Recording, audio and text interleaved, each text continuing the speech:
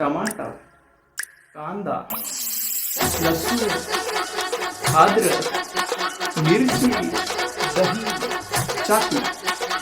कचकच कांदा कापताना बोट सुरीतनं वाचवली, हाताला चटका लागला तरी मी कढई तापवली. कचकच कांदा कापताना बोट सुरीतनं वाचवली, हाताला चटका लागला तरी मी कढई तापवली.